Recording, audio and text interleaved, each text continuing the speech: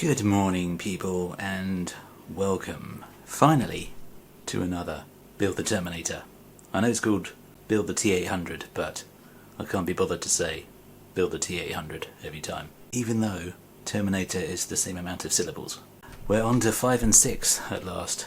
I might be sounding much more worn out than I actually feel because it's so hot and horrible. I cannot stand the hot weather, and I'm recording this on the Bank Holiday Monday, which, as I'm sure you remember, was horrific. Unless you like hot weather, in which case, check your DNA, because I think you might be part lizard. Okay, we're on to 5.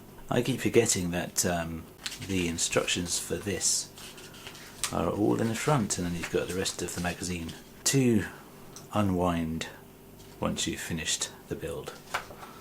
Some good stuff about Robocop there. I could have got Peter Weller's signature, but I didn't go in the end to where he was signing. But I have seen the, I've got photos as well of the original Robocop suit, which is very special to see in real life because it is actually pearlescent to look at. So that was amazing to see that. And I think, if I remember rightly, from what I can see from the prop store site, if you look up, I think it's propstore.com or .co.uk, probably com, it seems that that suit did not sell last time. I think it was 2 years ago I saw that. So either it didn't meet its reserve price or else for some reason the person gave it up and wanted to auction it off again.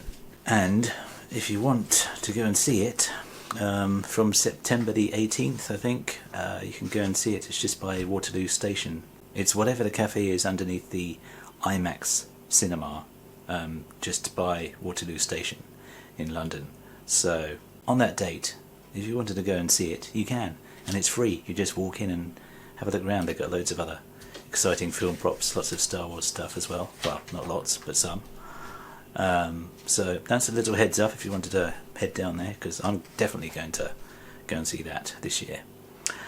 Anyway, enough of veering off a different subjects. It's time to start 5. Okay, now it does say I'll be assembling the all-important lower jaw. Yeah, I'd say that's quite important, because without a lower jaw, you can't chew. Well, you could try, but you'd look a bit strange. And yet, with part 5, there's no jaw, unless this is the bit that goes underneath the jaw. Do you know what? I'm guessing it might be, and that might be the ball joint that fits onto the neck. Okay, the very first thing you'll need is these two weirdy bits, made of plastic, I should point out. It would be really nice if what I think this actually is, which is the ball joint for the bottom of the head, was made of metal, because you're going to have a massive solid metal head sat on top of a piece of plastic. That to me doesn't sound ideal, but who knows, stranger things have happened. And you're putting these two pieces together, and then you're screwing in the silver screw, one of these little tiny silver screws, one there and one there, and it's only going to go in that way because there's no hole the other side. So you're not putting it in there, you're putting it in the recess holes. Okay, they are screwed in, and my god, that went down deep. I thought it was never going to end. It's way down in the recess there. And also, just like to point out at this point that I'm using my R2-D2 screwdriver to screw those two in, just to spite Chris. I'm petty like that, until he admits in the comments section that he was wrong about the screwdriver, and it is perfectly decent. Next, we are taking this lovely metal base of the skull, and you're putting this piece of plastic in so that it sits evenly. And then you are putting this piece into the top. And in the picture, it shows the seam of the ball. The seam is going down that way, so I'm going to match what the photo looks like, because I'm sure it might matter when it comes to I don't know, maybe it doesn't matter. Maybe it can be in any way at all. I'll go from the photo for now because it's very early stages. So there we go. That's in there. And next you need to put your weird little half a rubbery ball over the top, like so. Very sophisticated, but there you go. Next up, you're taking the only other remaining piece, which is this also weird plasticky half a ball cover type piece, and you're placing it over the top of all of it, which is now looking and feeling very strange. Then you're screwing that down with the three of the black screws that you got. You got 4, so 1 spare. Quite handy in case I thread one. But imagine how many screws I'm going to be left with this time. We'll see right at the end. In about 2 years' time. More than 2 years' time. Even more for me because I'm way behind. Anyway, time to screw this down. Well, that is it. It's in there. And I have to say, after all I said and all my misgivings, that is really nice, secure movement in there with what they've done. I can luckily not really imagine that coming out anytime soon. Although still, my concern does remain, that's only made of plastic.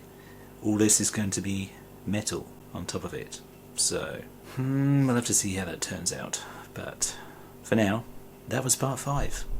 Okay, part 6 is very exciting for me because we are putting all the teeth in the bottom jaw, and also, even though it's a really small issue and there's not much to do, what we are doing is really exciting because we're also putting a bridge in the nose there. So I'm finally filling these, say finally, after 26 parts, fitting something into the 2 holes there in the front of the face.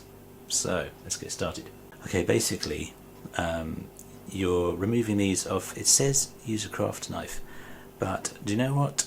I've never used a craft knife the whole time I was building R2-D2, and these I can see are just going to wiggle off without any trauma. I mean, they're attached to the top of the teeth, which is something you're not really going to see because they're wedged into the gum line.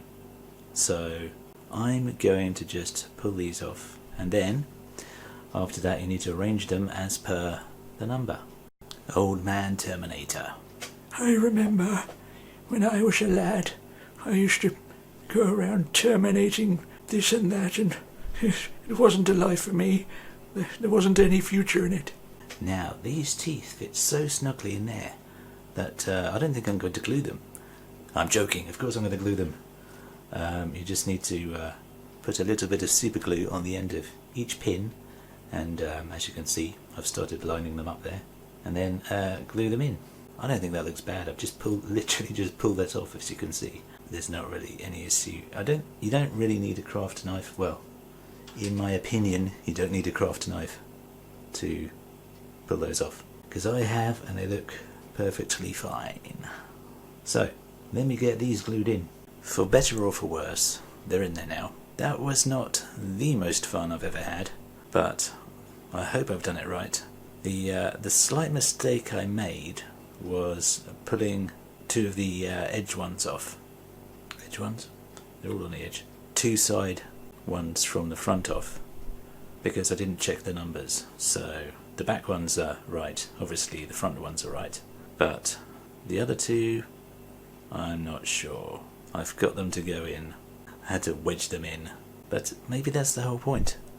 I mean, it's a Terminator, and it's supposed to be human teeth. It's not supposed to be a toothpaste advert. Happy with that, or happy enough. And now it's time to put the bridge of the nose into that bit. That's this tiny little bit here, which needs to be up this way with the hole at the bottom. And of course, you line it up via the 2 pins at the back, which you can see there, luckily. If I could ever get it in. There we go. Like that. To be honest, I'm not that happy with the sticking power of this thing. I'm not going to demonstrate, because obviously that will loosen it again. I'm going to let that set for a nice long time. It's not completely flush with the top of the eye socket. I'm not sure if that makes a difference. But that is what it is, and if I smeared some glue along the edges, it could be coming out underneath there for all I know, so don't want to risk that. I just put a lot of glue around the pins. Don't know if you can see the glue shining there on the other side. Fingers crossed that holds, because I'm not really happy the fact that you've got plastic being glued onto metal. That doesn't really feel like the most secure solution ever. That's it, and that was part 6. And I think, considering I'm so far behind everyone, do you know what? I'm just going to do this at a nice leisurely pace. So I'm not going to try and catch up. Now, I'm going to take my time and have a good time building this, which is how it should be. So fingers crossed with my teeth there. I've got them the right way round. There we are. Looking not that menacing just yet, but we'll see. That was parts 5 and 6. So thank you very much for watching. I hope you have enjoyed. Please subscribe if you have not. I always appreciate new subscribers. Always like to read comments when I get them. I always try and reply. And that being said, I will see you next time.